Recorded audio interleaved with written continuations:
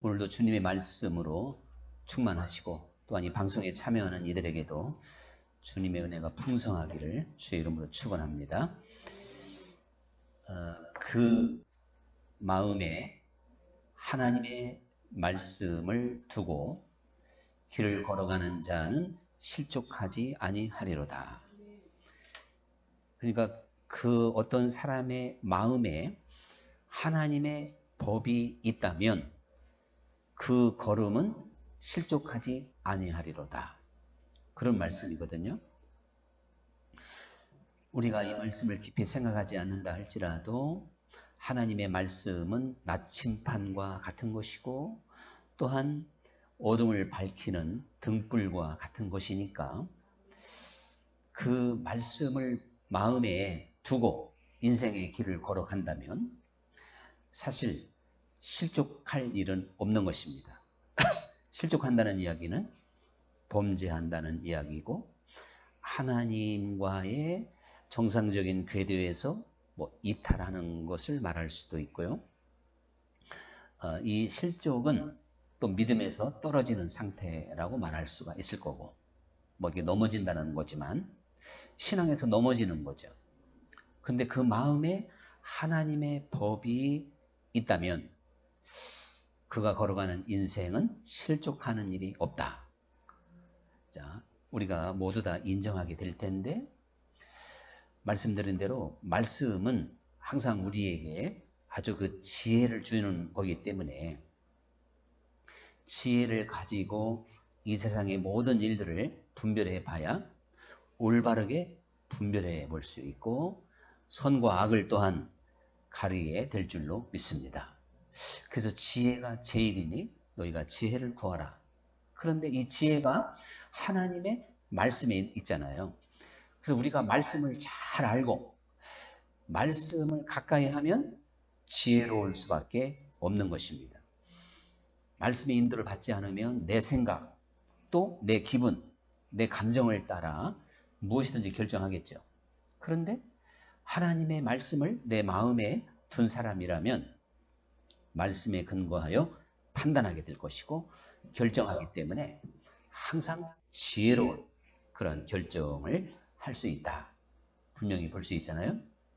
그리고 이 말씀은 우리의 모든 이 눈도 밝게 하셔서 우리가 어두운 가운데 있지 않고 이 빛 가운데에서 밝은 눈으로 무엇이든지 볼 수 있도록 그렇게 해주는 것이 말씀의 능력인 줄 믿습니다. 말씀은 내 발의 등불이요.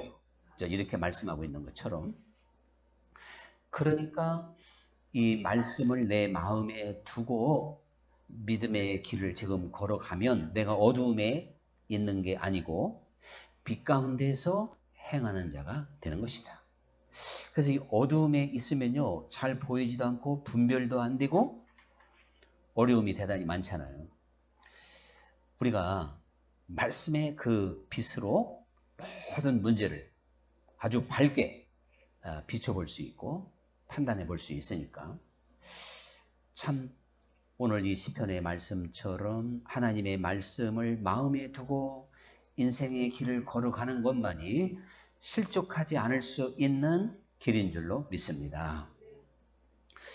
그러니까 말씀을 가까이 하고 말씀을 내 마음에 두고 신앙생활하면 사실 무엇이든지 또 악한 걸 피할 수가 있잖아요. 유혹을 피할 수 있고 죄를 피할 수 있고 사단의 공격을 피할 수가 있어요. 마치 방패와 같은 것이니까. 또 그 모든 악을 소멸할 수 있는 능력도 있기 때문에 이 말씀을 따라 사는 것이 실족할 수밖에 없는 인생의 모든 시험거리를 근본적으로 피할 수 있는 길이다. 우리가 어려운 일을 당했을 때 가만히 보면 좀 이게 말씀에 어긋난 길을 걸어가서 어려움이 올 때가 너무 많은 겁니다. 그러니까 말씀을 가까이 하고 말씀을 내 마음에 두고 인생의 길 신앙생활을 하면 우리가 믿는 자는 뱀을 짚는다는 말씀처럼 피할 걸 피하고 물리칠 것을 물리칠 수가 있다 이거죠.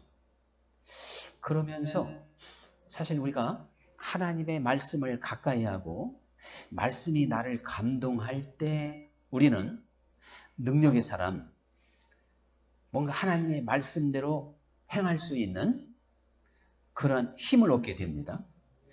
예수님께서 이 말을 듣고 행하는 자는 반석 위에다가 집을 지은 사람이고 행하지 않는다면 모래 위에다가 집을 지은 사람이다 이랬는데요. 반석 위에다가 집을 짓는 사람은 말씀을 듣고 행하는 사람이라잖아요. 그런데 행하기 위해서는 힘이 있어야 돼요. 능력이 있어야 돼요. 그래서 알고도 우리가 행하지 못한다면 힘이 없기 때문에 그래요.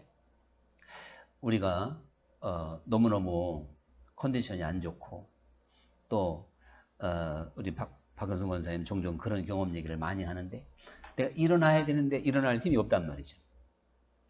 저혈당이 왔을 때.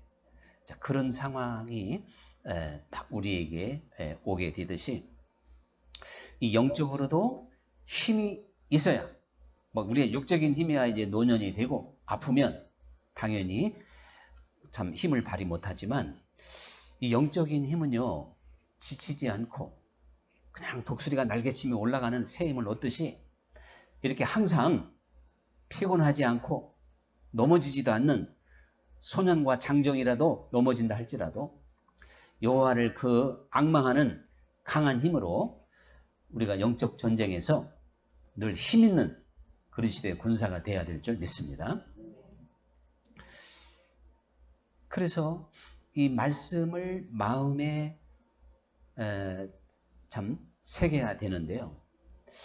그렇게 되면 사실 우리가 가장 안정적인 믿음을 가진 사람이 누굴까? 결국 믿음의 사람이 누굴까? 체험을 많이 하고 신비한 경험을 많이 한 사람일까? 신앙생활을 오래 한 사람일까? 결국요, 우리로 하여금 분명한 믿음을 주는 건 하나님의 말씀인 줄 믿습니다.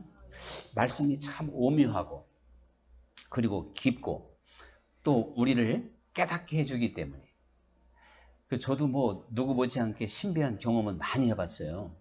근데 그거는 어떻게 보면 중독 같아, 중독. 오늘 신비한 경험했는데 내일 안 하면 이거 이상해졌나? 이렇게 또 의심이 오는 게 그게 체험이더라고요. 그런데 하나님의 말씀은 말씀으로 한번 깨닫는 건 영원히 그것을 간직할 수도 있는 겁니다. 그래서 참 우리는 구약과 신약, 성경이 약 2500년에 걸쳐서 기록이 됐다고 그러는데 이렇게 긴 시간 약 50명 이상의 저자들로 인하여 기록을 했지만 한 사람 한 사람이 성령의 감동으로 이 말씀을 썼기 때문에 그 오랜 기간과 많은 저자들이 한 줄기로 한 성령 안에서 쓰여졌기 때문에 서로 소통이 되고 교환이 되고 서로 또 보완하고 서로를 설명해 주는 이게 참 이러한 그 말씀의 세계를 우리가 쭉 보다 보면 그리고 정말 예언의 말씀이 이루어지는 이러한 하나님의 세계를 말씀 안에서 보기 때문에 말씀 안에서 우리는 굳건한 믿음, 흔들리지 않는 믿음을 꼭 갖게 될 줄 믿습니다. 그런데 우리들이 이 하나님의 말씀을 그 마음에 두는 자는 그 걸음이 실족지 아니하리라 이렇게 봤을 때요. 이 세상에서 뭐 한두 번 실족할 수 있고 또 섰다 하는 자는 넘어질까 조심하라 하는 말씀처럼 넘어질 가능성도 있습니다. 그런데요. 한번 그런 걸 한번 생각해 보세요. 우리가 마지막 날 주님 앞에 섰을 때 그 상황에서 실족하는 자가 된다면 이건 영원한 불행이잖아요. 예수님이 그렇게 말씀을 하셔요. 마지막 날에요. 내가 주님의 이름으로 선지자 노릇했고 귀신도 쫓았고 많은 능력을 행하지 않았습니까? 그런데 예수님이 내가 너를 도무지 알지 못한다. 자, 그러면 그 사람은 주님 앞에 영원히 실족한 거죠? 이것처럼 불행이 어디에 있겠어요? 또 좌편에 있는 사람이 언제 우리가 예수님이 배고플 때, 아플 때 나그네 됐을 때 대접 안 했냐고 막 따졌지만 그것도 역시 실족한 겁니다. 예수님이 소경이 소경을 인도하면 둘 다 구덩이에 빠진다. 이렇게 이제 말씀을 하셔서 우리가 정말 실족하지 말아야 될 건 영적 세계에서 또한 영원한 그 생명 앞에서 실족하지 않아야 될 텐데 그것이 예수님께서 하신 말씀 그대로 이 소경이 되어서 주님의 세계를 바라보고 또한 믿음 자체가 그렇게 해서는 안 된다는 거죠. 우리는 말씀을 마음에 새기는 자가 되어서 즉 말씀을 마음에 오도록 말씀이 내 마음판에 새겨지도록 이렇게 신앙생활을 함으로 그렇게 되면 마지막 날에도 우리가 실족하지 않는 거예요. 왜 그런가 하면 그 하나님의 말씀으로 하나님을 잘 이해했기 때문에 주님을 잘 알았기 때문인 줄 믿습니다. 아까 말씀드린 대로 내가 과연 마지막 날에 주님의 우편에 있을 사람인가 좌편에 있을 사람인가를 지금 말씀으로 분별해 볼 수가 있는 겁니다. 주님이 마지막 날에 나를 불법을 행하는 자라 그리고 내가 그냥 선지자냐 귀신을 쫓았냐 많은 병자를 고쳤느냐 이것으로 분별이 되는 게 아니고 이것을 뛰어넘어서 내가 지금 주님 앞에 바로 서 있는가 불법을 하지 않는 자인가 이것을 분별할 수 있는 실력이 있어야 될 줄 믿습니다. 이게 바로 말씀을 마음에 새기는 겁니다. 말씀이 그 마음에 있는 사람인 거예요.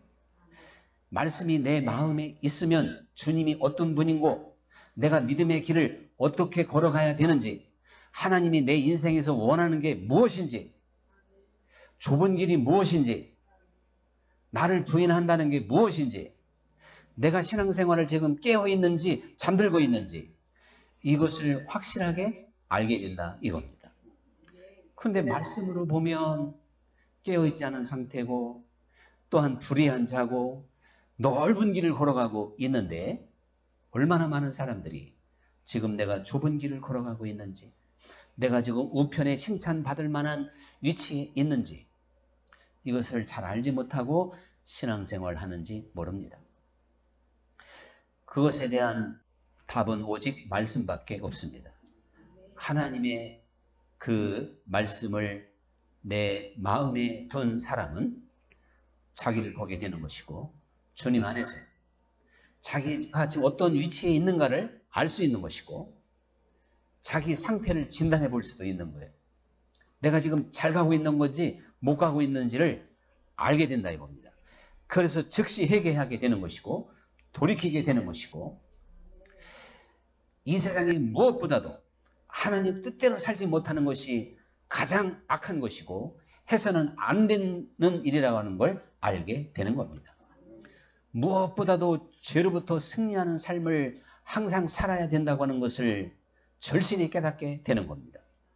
이것이 말씀이 내 안에 있는 열매가 되는 것이고 능력이 되는 것이죠. 말씀이 내 안에 내 마음에 있지 아니하면 감각 없이 또 어두움 가운데에서 그저 사람의 생각으로 하나님을 섬길 수가 있는 것이다 하는 것을 우리는 깨달아야 되겠습니다. 그래서 결국은 이 하나님의 말씀을 우리가 마음에 이제 새겨야 될 텐데요. 이것은 에레미야 31장에 벌써 예언이 되어 있잖아요. 그날에는 하나님의 말씀을 우리 생각과 마음에 두겠다고. 이게 또 히브리서 8장에서 에레미야 31장의 말씀을 이어서 인용하고 있다는 걸 제가 종종 말씀드렸는데 자, 우리는 이러한 믿음 생활을 할 때 사실 요셉이라는 사람을 생각해 보면 항상 하나님의 말씀을 마음에 두었기 때문에 육신의 연약함과 그 육신의 어떤 무능력을 이기고 유혹을 물리칠 수가 있었고 낙심하지 않을 수가 있었던 겁니다. 요셉이 만약에 노예가 되고 감옥에 든 걸 낙심한 상태였으면요, 누구에게도 인정을 못 받는 거예요. 그런데 그저 모든 사람에게 다 인정받는 걸 보면 요셉이 얼마나 그 하나님의 그 말씀의 인도를 받으면서 그가 그 말씀을 가슴에 새기고, 그래서 요셉의 길이 실족하지 않은 것입니다. 요셉이 실족할 수 있는 이유가 충분했잖아요. 노예로 팔리는 순간 내 인생 끝났구나 하고 낙심하고 스스로 목숨을 끊을 수도 있어요. 그러면 그게 실족인 거예요. 그리고 또 감옥에 갔을 때 포기할 수도 있어요.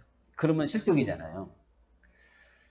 여호와의 말씀을 마음에 두는 자는 그 걸음이 실족지 아니하리로다.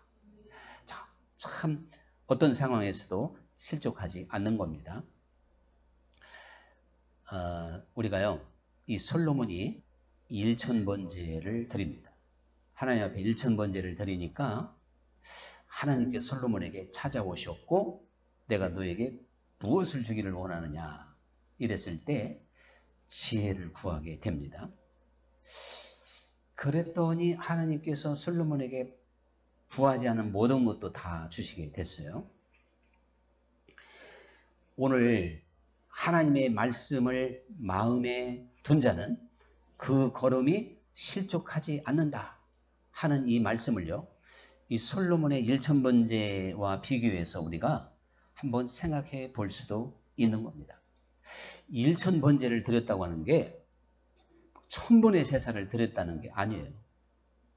그 하나님 앞에 그 어떠한 솔로몬의 제사와 정성이 완전했다. 물론 그러니까 뭐 한 마리의 소를 드렸겠습니까? 그렇다고 꼭 1000마리를 드렸겠습니까?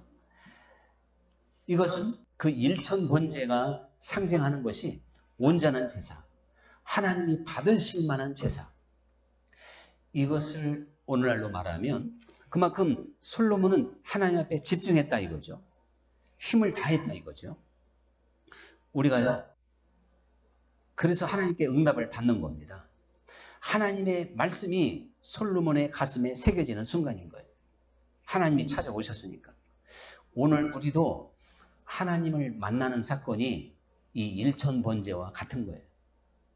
우리는 그리스도 알기를 힘쓰는 자가 되어야 될 줄 믿습니다. 그냥 교회 와서 신앙생활하고 그냥 1년 보내고 2년 보내고 이렇게 해서는 평생 신앙생활에도 하나님을 못 만납니다. 구하고 찾고 두드리는 자, 하나님의 나라를 진정으로 1000번제를 드리듯이 침노하는 자, 그러한 사람들이 하나님을 만나게 되는 것이다. 지금 이것을 1000번제의 솔로몬이 하나님을 만난 사건을 통해서 우리가 깨달아야 되는 핵심이 되는 거거든요. 이렇게 되면 솔로몬이 지혜를 얻게 돼서 하나님을 만났으니까, 하나님의 말씀이 그 마음에 말씀을 두다 보니까 솔로몬이 지혜로운 자가 되잖아요. 또 그러다 보니까 하나님께서 솔로몬으로 하여금 모든 면에서 실족하지 않도록 모든 것을 다 도와주시고 역사하셨던 걸 보게 됩니다. 오늘 하나님의 여호와의 법을 그 마음에 둔 자는 그 걸음이 실족하지 않는다 하는 이야기는, 이렇게 하나님이 솔로몬을 도왔던 것처럼, 솔로몬에게 역사했던 것처럼 우리가 영적으로나 육적으로나 어떤 면에서도 실족하지 아니하도록, 실패하지 아니하도록 우리를 도와주시고 보장해 주시고 역사해 주는 분이라는 뜻인 줄 믿습니다. 예수님께서 바로 그러한 정말 표상이니까요. 예수님이 십자가에서 죽을 때까지는 사람 눈에는 실족한 것처럼 보였어요. 그 실족의 실족. 그런데 그 죽음 가운데에서도 부활시키셔서 주 예수님이 실족하는 분이 아니라고 하는 걸 부활을 통해서 증명하고 있지 않습니까?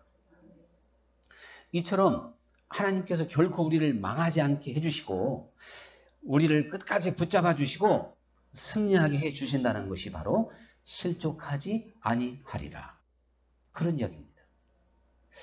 그래서 사실 우리가 이 믿음 안에서 생명으로 주 예수님을 바라보게 되면요.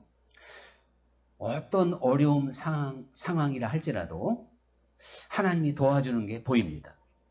그리고 하나님이 항상 피할 길을 예비하시고 결국에는 뭔가 크게 이루어내는 역사를 보여주게 될 줄도 믿습니다. 그런데 생명 안에서 주님을 바라보지 못하면요.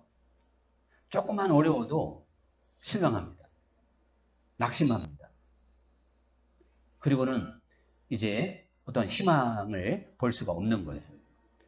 그런데 이 하나님의 말씀을 마음에 두고 주 예수님을 바라보게 되면 어떤 상황에서도 주님의 빛이 보이는 거예요. 주님의 인도하심이 보이는 거예요. 또 반드시 그 가운데서 돌파하여 나오게 될 줄로 믿습니다. 이것이 바로 실족치 않는다는 겁니다. 이 사도 바울이 나는 비천에 처할 줄도 알고 또 풍부에 처할 줄도 알고 부유함에 처할 줄, 가난에 처할 줄도 알고 그래서 어떤 상황에서도 일체의 비결을 배웠노라. 일체의 비결을 배웠다. 이것이 바로 하나님의 말씀을 마음에 둔 사람의 특징인 줄 믿습니다. 그러니까 우리는요, 하나님의 말씀을 마음에 두고 신앙생활을 하는 자는 실족하지 않는다는 것을 사도 바울을 통해서 보여주고 있잖아요. 바울 입장에서 그저 세상 부귀영화를 다 내던지고 오직 하나님의 나라만을 전파하기 위해서 결혼도 하지 않고 나왔는데 춥고 배고프고 억울하게 얻어맞고 감옥에 갇히고 이럴 때 낙심이 되겠죠? 그럼 하나님이 나를 좀 잘 대접해 주실 줄 알았더니 야 이거 세상에 이렇게 나를 비참하게 만드느냐. 자, 그런 상황에 들어갈 때가 얼마나 많이 있었습니까? 그런데 바울은 그 모든 상황 안에서도 실족하지 않을 수 있는 일체의 비결을 배웠다. 그게 주님 안에서 가능한 줄 믿습니다. 그래서 오늘 이 시편의 말씀대로 우리가 여호와의 말씀을 그 마음에 두어서 나의 걸음이 실족하지 않아야 될 텐데 내가 이미 많이 설명을 했습니다만은 조금 더 구체적으로 한번 정리를 해보면요. 우리가 여호와의 말씀을 내 마음에 두었다면 우리는 정말 그리스도께 전적으로 순종하는 삶을 살게 될 줄 믿습니다. 내가 지금 순종하지 못하고 있는 건요. 예수님을 내 머리로 믿고 있다는 거예요. 그냥 지식으로 믿고 있다는 뜻이에요. 마음으로 믿으면 반드시 순종하게 될 줄 믿습니다. 그래서 내가 참 마음은 원인데 왜 이렇게 하나님 뜻대로 안 사라지지? 그게 아직도 마음에 두지 않았다는 증거예요. 하나님의 말씀을 마음에 두면 우리는 주님의 어떠한 말씀도 이루고 그 말씀에 꼭 순종하는 사람이 되는 것입니다. 또 순종하지 못하는 것이 있으면 바로 회개할 수가 있다. 그런 이야기죠.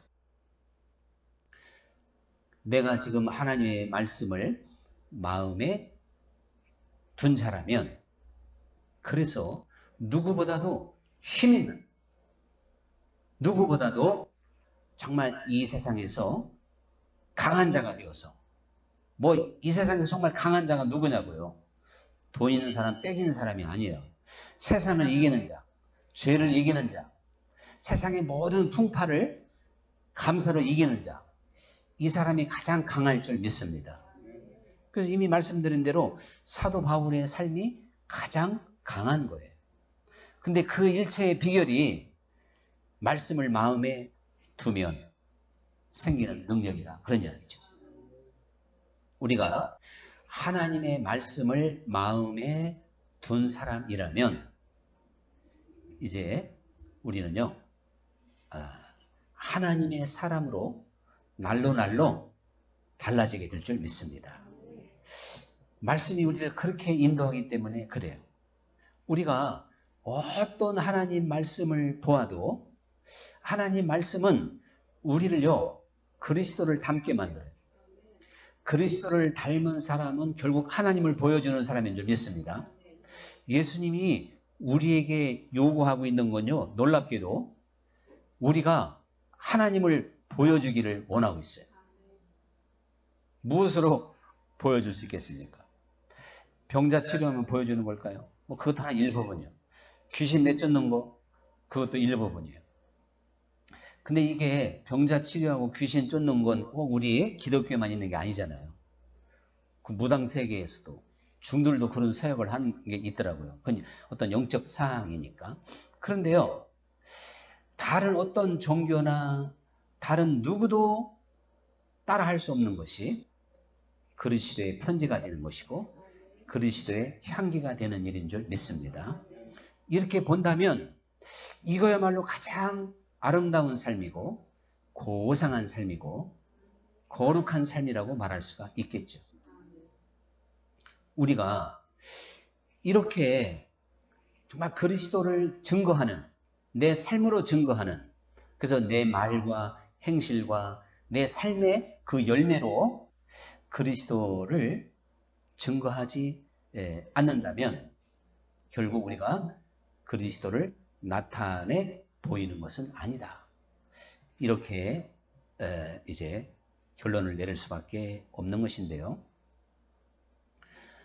하나님의 말씀을 내 마음에 두고 그래서 말씀을 따라서 한번 살아보면 결국은 주님께서 걸어가신 그 뒤를 따라갈 거 아니겠어요. 말씀이 우리를 인도하니까요. 사실 많은 사람들이 방황할 수밖에 없고 목적지를 혼돈할 수밖에 없고 어떻게 이 세상을 살아가야 될지 잘 분별하기 어려울 수도 있습니다. 또 어떻게 하는 게 신앙생활을 진짜 잘하는 것인지 무엇이 좁은 길인지 이걸 잘 모를 수가 있는 거예요.